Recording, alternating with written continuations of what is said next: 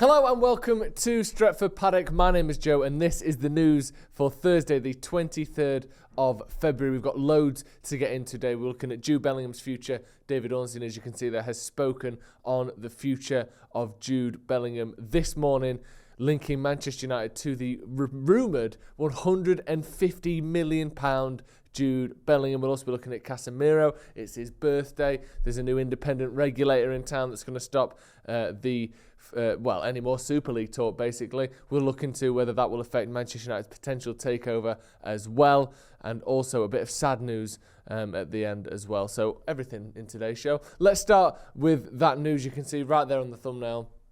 David Ornstein linking Manchester United to Borussia Dortmund's Jude Bellingham. Excuse me. He tweeted this morning. He said, clubs lining up for Jude Bellingham: Liverpool, Man City, Man United, Real Madrid likely to be the primary contenders if the 19-year-old exits Dortmund. Price expected to be around €150 million, but currently many factors and little certainty. Huge story this, because obviously we knew that Jude Bellingham was a huge sort of target for Manchester United before he went to Borussia Dortmund, leaving Birmingham. United didn't manage to get him. We gave him the tour around Carrington. We got Fergie involved. We got everyone out of the woodwork as much as we can. And he still decided to go to Borussia Dortmund, which, looking back, 2 years ago, was it? You look at the turmoil United have been through in those 2 years and the sort of meteoric rise that we've seen from Bellingham in that time. I'll be honest, as much as it pains me to say it, he probably made the right decision. He could easily have been stagnating at Manchester United until Ten Hag got here. You look at last season. I mean, some of the best players in the world, Marcus Rashford, Raphael Varane, all had, Ronaldo, Sancho, all had anywhere between underwhelming and awful seasons for Manchester United. So, I would guess that Bellingham probably would have got stuck in that quagmire as well. I'm sure under Ten Hag he would have flourished this season, but you can see why he did what he did. Guaranteed game time, Champions League football, and now this sort of, astronomical sort of fee being placed on his head as well. It made sense for Bellingham to do what he did. But just getting into this article a little bit more, David Ornstein, obviously, massive tier 1 journalist, about as reputable as it gets in terms of transfer coverage. He says that Liverpool, Chelsea, Arsenal, Manchester United, Paris Saint-Germain, Real Madrid and Manchester City are among those likely to be shopping in that position, being midfield. You can add Barcelona to that list, but they are far more restricted financially than the others. Bellingham, who shone for England at the World Cup, has a decision to make, with Dortmund expected to let him leave for the right money.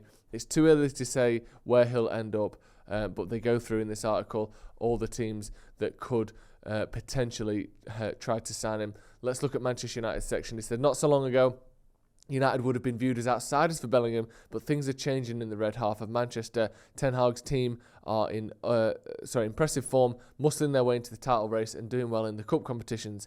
And with a takeover possible, their financial picture looks even rosier on the horizon. If a sale happens in the coming weeks, don't rule out United being the team to have the money to do this deal. Whether or not that is a move Bellingham wants remains to be seen. Interesting, and I wouldn't be surprised if United are linked with Jude Bellingham very heavily this summer, because I just want to go into some of the stats of this kid, because my one criticism, and it's not even a criticism, it's just a vague concern, is look at what Man United have got in midfield at the moment. You've got Casemiro, who defensively, statistically, is phenomenal, one of the greatest of all time, but even right now he's putting out world-class numbers in almost every defensive metric: touches on the ball, passes, tackles, aerial duels won, interceptions, everything you want from a defensive midfielder, he is elite at. You look at Bruno Fernandes, he's putting out elite numbers, and it may not be his best goal scoring season, but for a midfielder, his goal scoring and assisting numbers are elite. They are top of the top. Chances created, one of the most in the Premier League. Balls into the final third, one of the most in the Premier League. Statistically, he is fantastic. However, you look at Jude Bellingham and it's kind of, he does a bit of everything. Is he specialised enough? That would be my only concern. But I want to go through some stats of Jude Bellingham. And every stat I'm about to say, Jude Bellingham is in the top 30% of midfielders across the top 5 leagues in Europe. So he is one of the best, one of the top third of everyone in Europe. Goals, shots, assists, Shot creating actions, which is basically passes or, anything that leads to a shot. Progressive passes, progressive carries, so that's dribbling the ball up the pitch. Touches, progressive passes received, tackles, interceptions, blocks. He's in the top 2% for blocks. He's also in the top 30% for assists, for through balls, for switches, for, almost everything. Like tackles, a percentage of dribblers tackles, challenges lost. He very rarely loses a challenge. His errors are very, very low compared to the rest of Europe. His touches in the attacking third. His times tackled during take on. He very rarely gets you look at every single stat you could possibly look at. Fouls drawn, interception, everything. He is elite. And maybe he's not quite in the top 1 or 2% for everything. But if you put him next to a defensive sort of magician in Casemiro and an attacking offensive maestro in Bruno Fernandes, and you let him just do a bit of everything, cover what Bruno can't do because his goals are excellent, his assists are excellent, cover what Casemiro might be sort of drawn out of position to do because his tackles and his interceptions and his blocks are world class. All of a sudden you've got this perfectly rounded midfield. For me, he would be a phenomenal addition. And if you put him in that, like I said, a Casemiro, not Eriksen as a rotation, obviously, Casemiro, Bellingham, and Bruno midfield, that is one of the most complete world-class midfields anywhere in Europe, and I think that would be phenomenal for Manchester United. He's also excellent on the ball. He's got it all. But yeah, I think in the past I may have seen as a weakness, he doesn't quite have that specificity, if that's even a word, of Casemiro and Bruno. I now see as a strength because he is genuinely world-class at so many things. And let's not forget, he's 19 years old. It is absolutely ridiculous. So yeah, let's move on. The UK confirms new independent footballing regulator. Now this is a government-led regulator that will give apparently fans greater input and new owners and directors tests as well.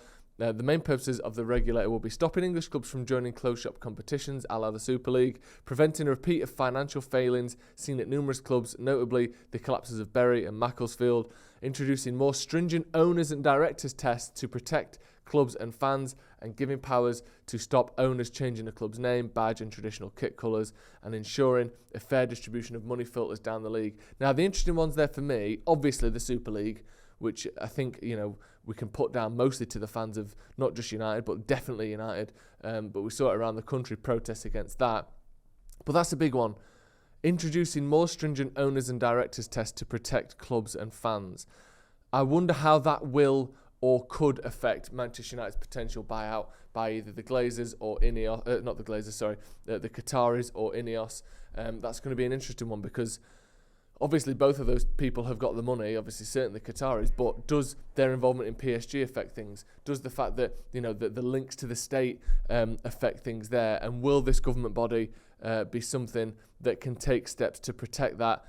It's whether it comes in time. Again, this has just been announced, so it may not be enact quickly enough to have an effect on the ownership and the buyout of Manchester United. But we're putting it out there. That is a possibility. And it's worth keeping an eye on, so we know about that now. Keep an eye on it just in case. For me, I expect them to do not a lot, because that seems to be the case with all these independent regulators, with all of these, fair and proper persons tests. I don't think we'll see a hell of a lot done by them. However, that is now announced by the government, and it's worth keeping an eye on. Good bit of news, Casemiro. I say good news, he's 31. It's his birthday today, so happy birthday, Casemiro, one of the best midfielders of all time. I don't want him to be entering his 30s. Do you know what I mean? I want him to be 24. However, happy birthday to Casemiro. And finally, a little bit of sad news, actually. John Motson, infamous and famous and, just a sort of all-encompassing commentator and broadcaster, has unfortunately passed away at the age of 77, commentated on so many United games, so many England games, so many Premier League games, commentated on over 2,500 games, an absolute legend, an icon of the football broadcast industry. Has passed away. So very sad news there coming this morning, and I think we all have tons of memories of him talking and highlighting and improving the watching experiences as fans of Manchester United and of pretty much any club you could possibly imagine. So yeah, very sad news there. Absolute broadcasting icon John Motson has passed away. So yeah, very sad. Thank you very much for joining us this morning. Of course, we are back tonight for the watch-along of Manchester United versus Barcelona, a huge game in the Europa League, so make sure you come back and check that out. Get your thoughts in on all of this news this morning. Do you want Jude Bellingham at Manchester United? Let us know in the comments below, and we'll see you in a bit.